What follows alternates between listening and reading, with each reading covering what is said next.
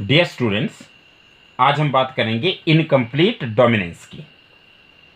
अब आपको पता है कि अभी तक मेंडल्स का लॉ ऑफ डोमिनेंस आपने स्टडी किया, उसमें आपने देखा दो ही फिनोटाइप आते हैं। दो फिनोटाइप कैसे, वो भी F2 जनरेशन में। या तो हमारे पास डोमिनेंट कैरेक्टर आएगा या रिसेसिव कैरेक्टर आएगा। मतलब या तो पौधा लंबा होता था या बौना होता था। कभी भी डोमिनेंस के केस में आपने ऐसा पौधा नहीं देखा जिसकी हाइट मीडियम साइज हो या इंटरमीडिएट हाइट का हो। लेकिन आज जो हम टॉपिक करने जा रहे हैं, that is exception to the principle of dominance. No but this incomplete dominance, एक एग्जाम्पल करते हैं, उसके बाद इसको समझने की कोशिश करते हैं। और एग्जाम्पल क्या है, एक प्लांट है and the plant is known as dog flower.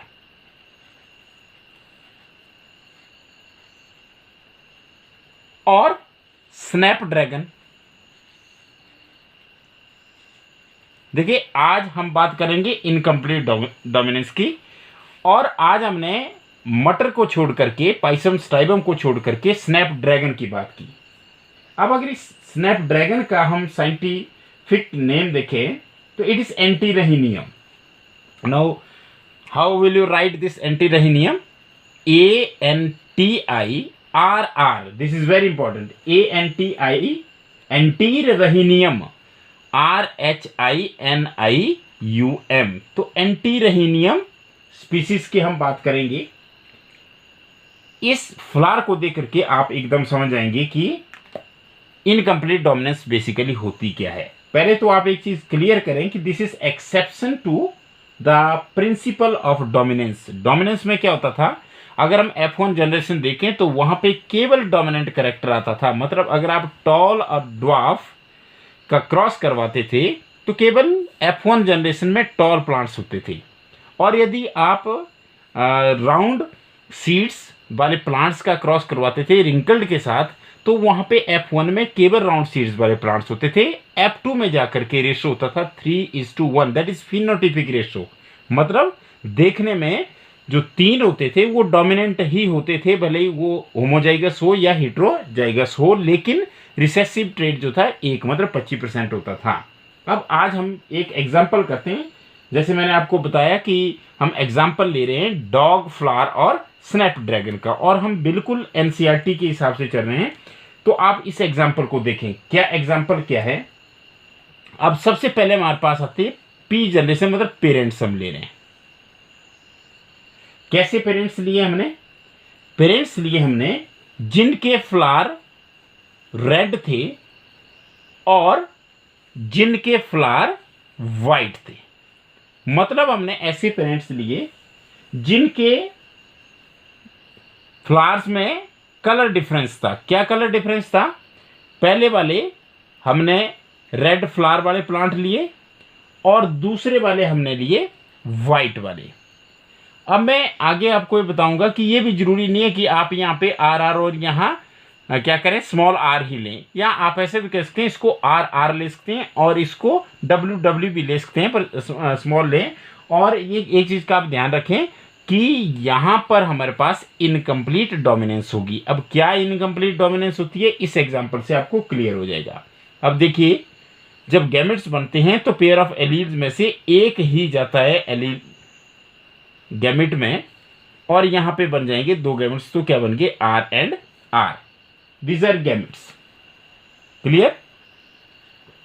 मतलब ये दोनों होमोजाइगस है। एक होमोजाइगस रेड है जिसमें R और R दिखाए गए, एक होमोजाइगस वाइट है जिसमें R और R से डिनोट किया गया है। और जब गैमेट्स बनाए तो सेम टाइप के गैमेट्स बने। मतलब इसने गैमेट्स बनाए कैपिटल R के साथ और इसने गैमेट बनाए स्मॉल r के साथ। अब जब इनका क्रॉस होगा तो क्योंकि ये एक जैसे हैं तो मैं इसको इसको इसको इसको ऐसा नहीं दिखाऊंगा, मैं केवल इन दो का दिखाऊंगा, बाकी बिल्कुल सेम हो। क्या होगा? एक कैपिटल R और एक स्मॉल r। अब जैसे ही मैं आपसे क्वेश्चन पूछूंगा आपका आंसर कुछ और होगा, और मैं आपको आज कुछ और आंसर देने जा रहा हूं।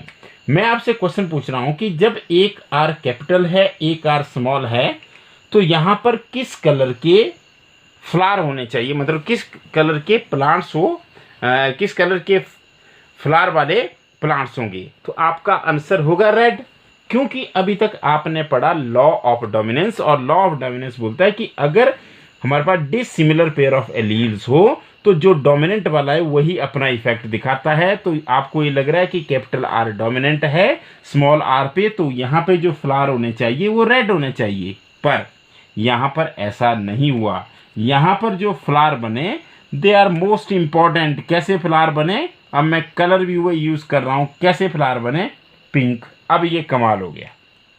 अब आप देखिए, हमने दो ऐसे पौधे लिए, एक में रेड फ्लावर थे और दूसरे में वाइट फ्लावर थे।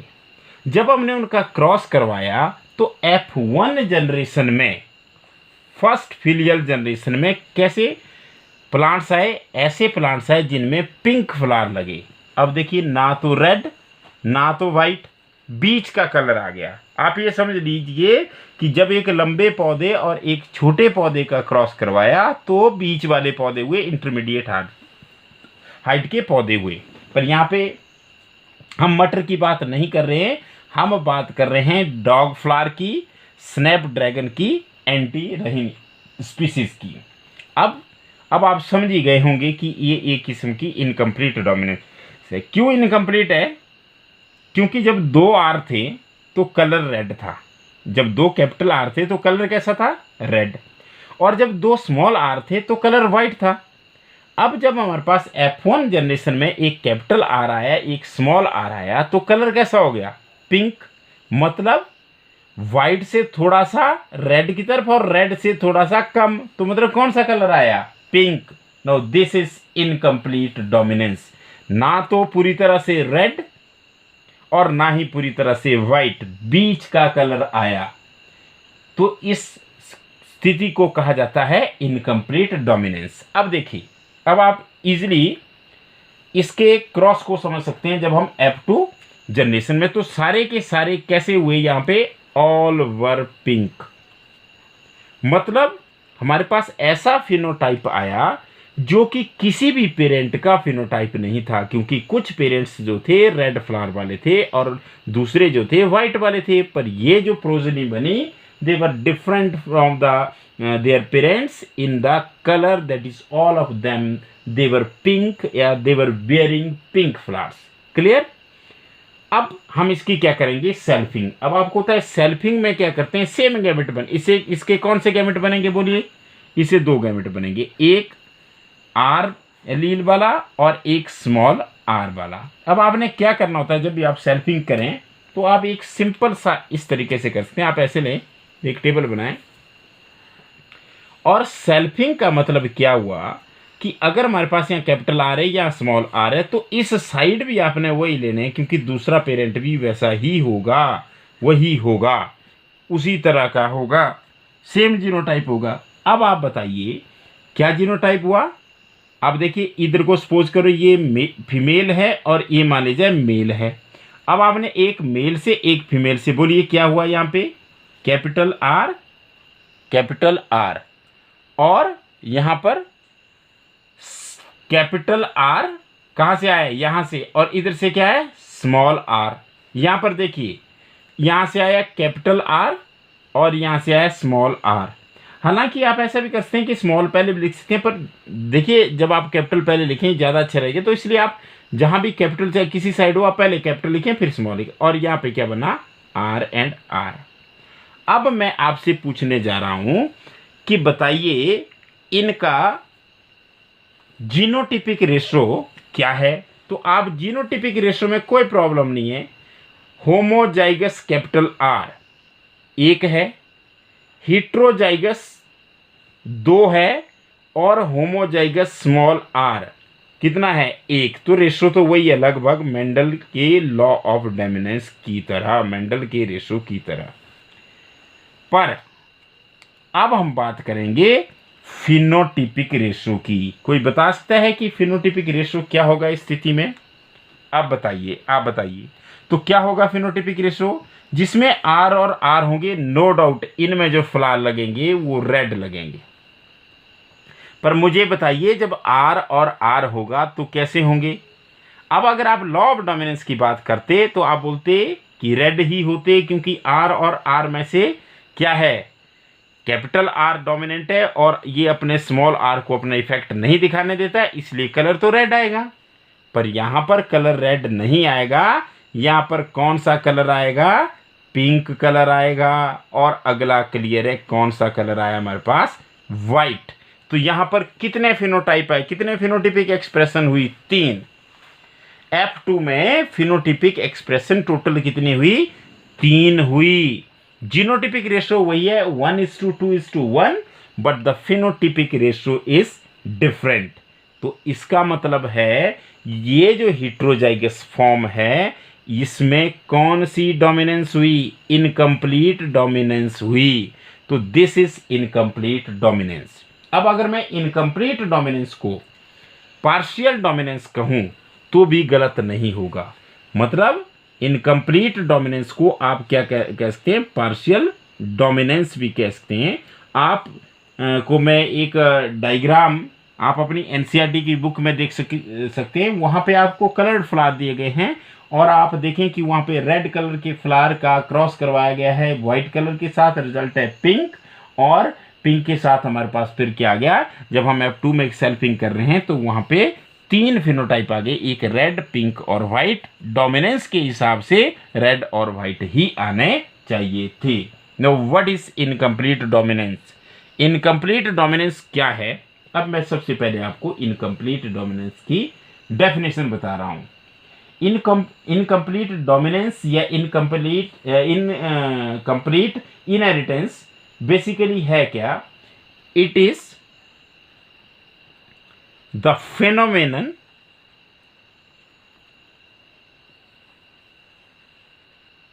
where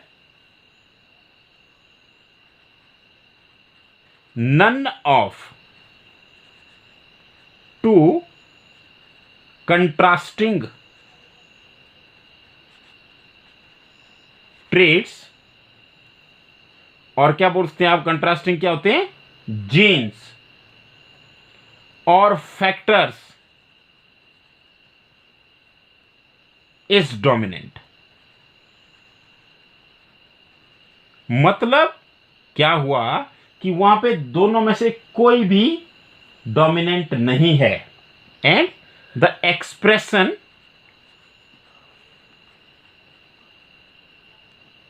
कहां पे, expression of a character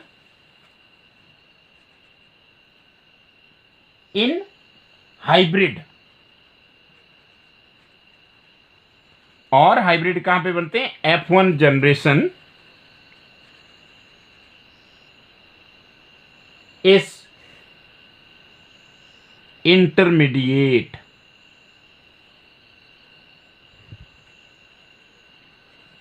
clear, this is called as, this phenomenon is called as incomplete dominance. अब देखिए हमारे पास क्या है कि ना तो आर डोमिनेंट है ना तो स्मॉल आर डोमिनेंट है।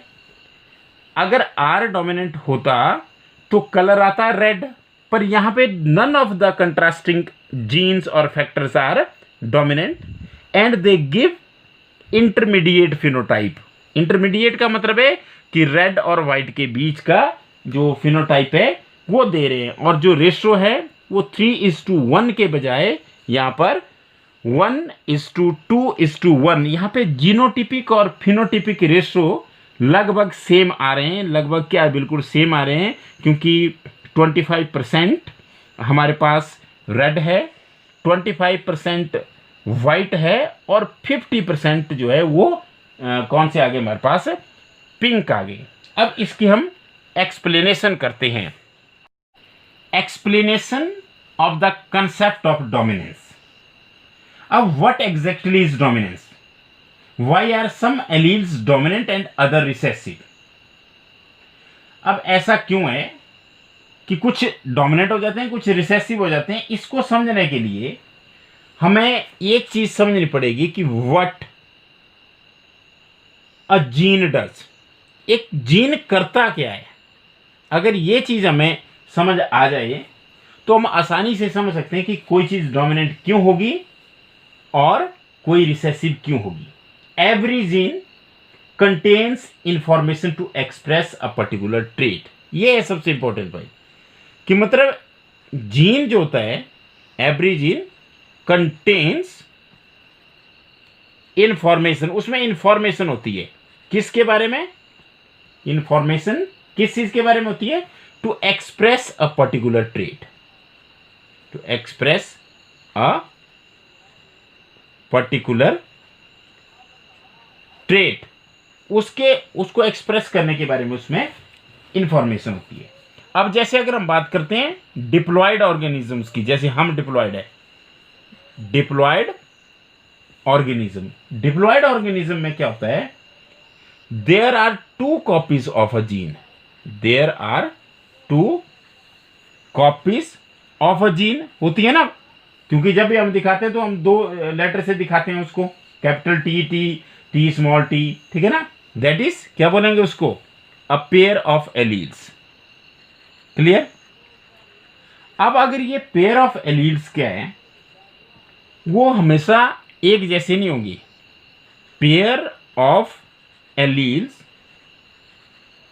की अगर हम बात करें, या जो टू एलील्स होते हैं एक पेयर में, they are not all the time identical.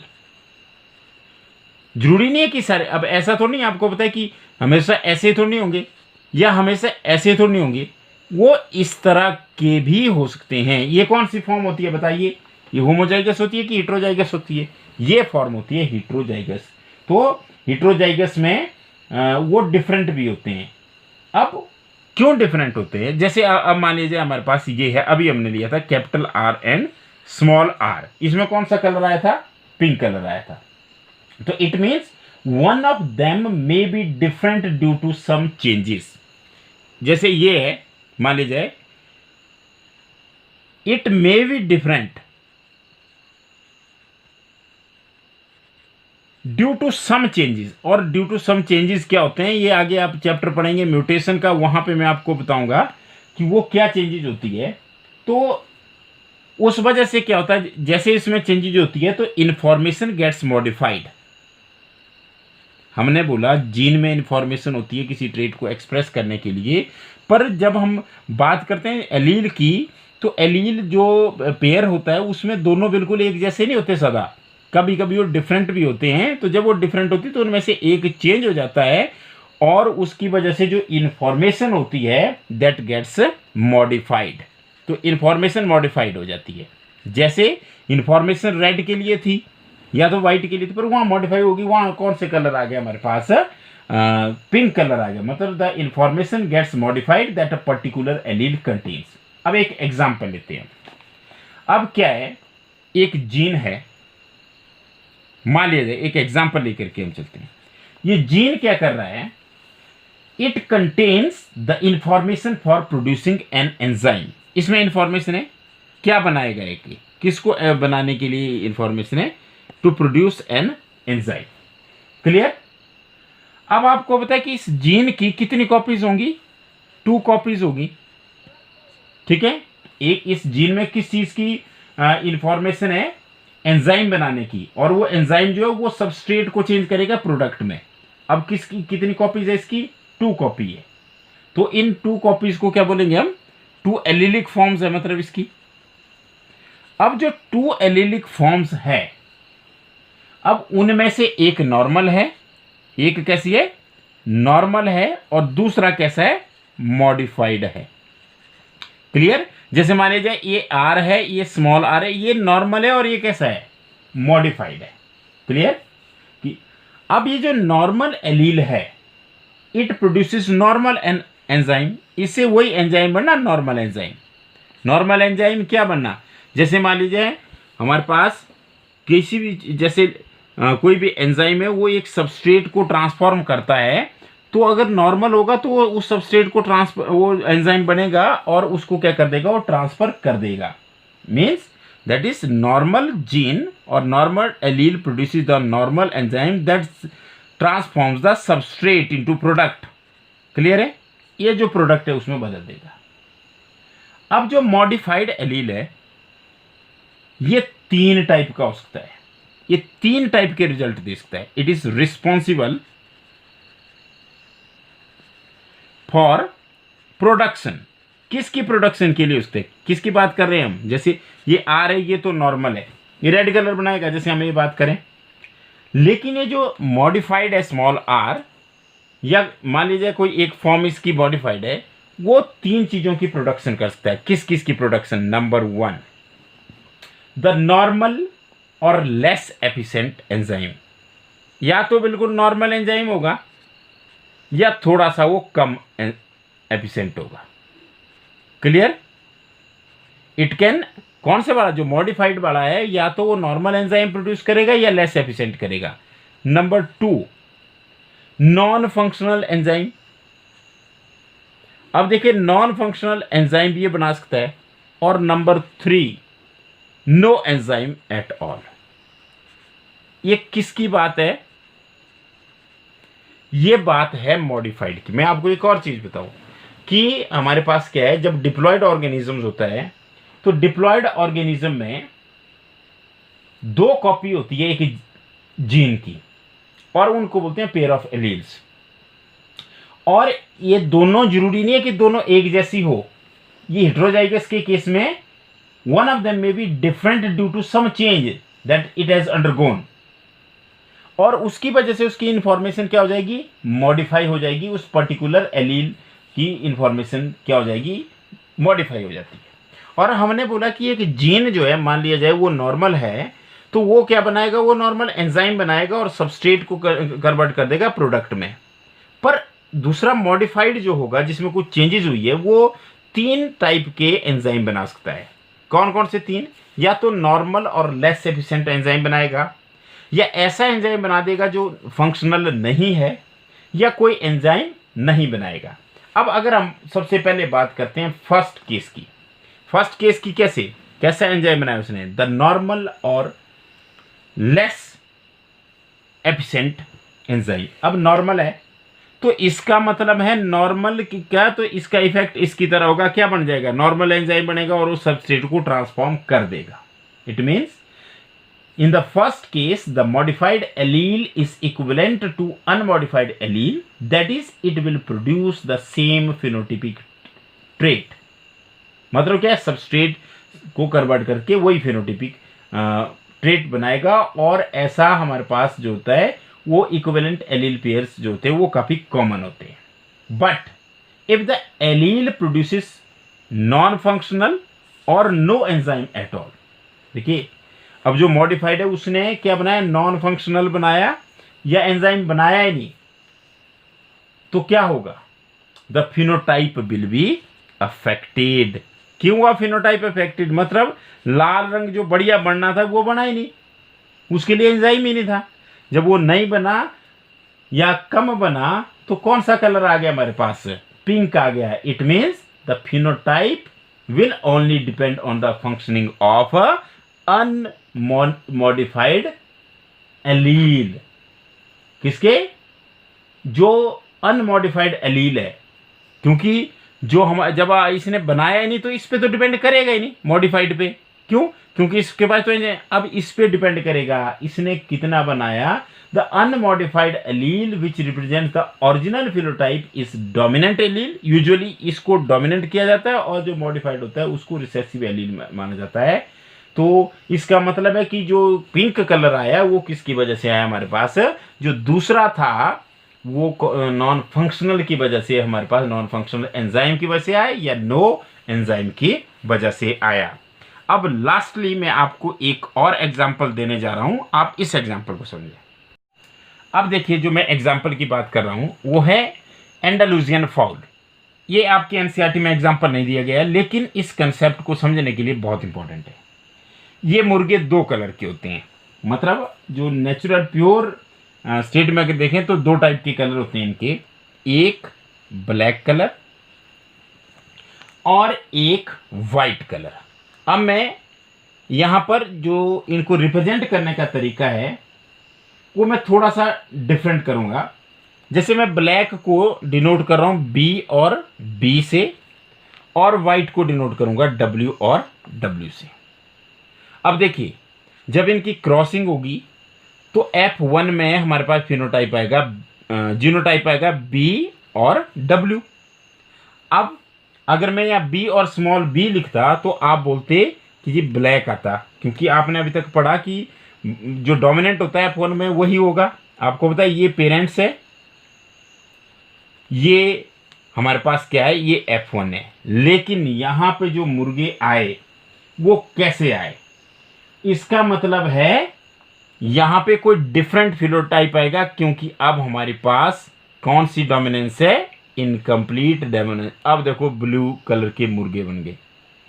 अब ब्लैक से थोड़ा कम, व्हाइट से थोड़ा ज्यादा, मतलब इंटरमीडिएट फिनोटाइप आ गया। This is incomplete dominance. अब एक और इसी में करें सेल्फिंग, मैंने आपको पहले भी सिखाया।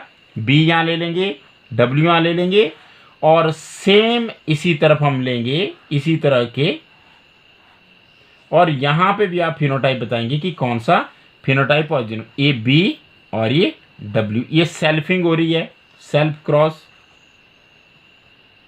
अब देखो इसमें क्या हुआ, B B B W B W W W. अब बोलिए जीनोटिपिक रेशो क्या आया, बी और बी, दूसरा बी और डब्ल्यू, और W और W। तो क्या रेशो आया बोलिए, 1:2:1, ये रेशो आया।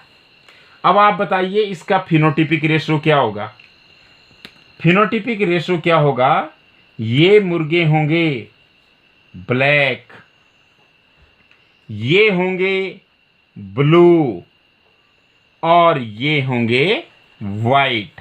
अब मेरे ख्याल से आपको समझ आ जाना चाहिए कि इनकम्प्लीट डोमिनेंस क्या है। Now what is incomplete dominance, जब हमारे पास F1 जनरेशन में ऐसा फिनोटाइप आता है जो किसी भी पेरेंट्स में नहीं होता, उस कंडीशन को कहा जाता है, that is known as incomplete dominance. तो ये था इनकम्प्लीट डोमिनेंस का कंसेप्ट। मैं फिर एक बार रिपीट कर रहा हूं कि it is the phenomenon where none of the two contrasting genes or factors is dominant, and the expression of a character in F1 hybrid or F1 individual is intermediate, or you can say it is a fine mixture of the expression of two factors. Clear?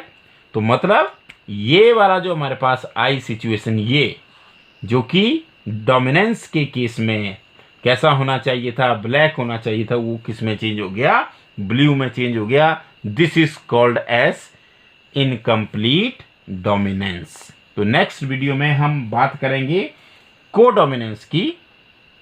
तब तक thank you very much.